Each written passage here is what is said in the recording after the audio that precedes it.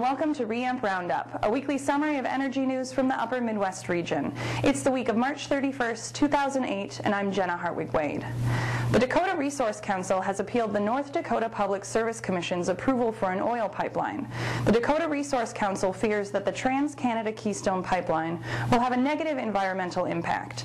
DRC argues that the PSC did not give enough consideration to alternative routes, according to the Associated Press. A Michigan Senate bill could grant tax credits of up to 50% for companies that develop solar energy, according to the Capitol News Service.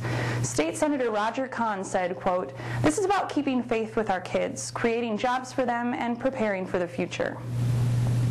Interstate Power and Light has announced that it has agreed to develop 10% renewable fuel at its proposed Marshalltown coal plant. It plans to work with Prairie Lands Bioproducts Incorporated to burn switchgrass and corn stalks. Prairie Lands is a consortium of growers and distributors of biofuels.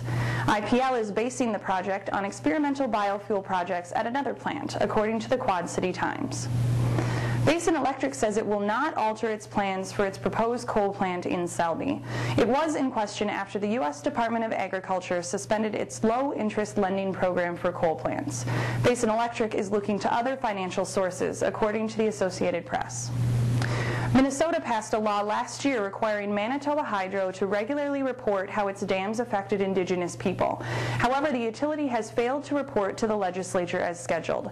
The Premier of Manitoba and 2 cabinet members have been lobbying at the Capitol in St. Paul to repeal the bill, according to the Canadian Broadcasting Corporation.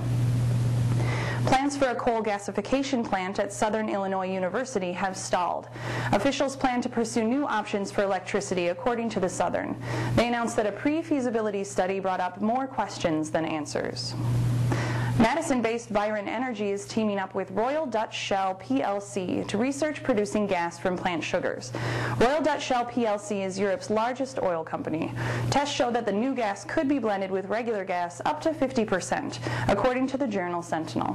And that's it for this week. From all of us at ReAmp Roundup, thanks for being with us, and please join us next week.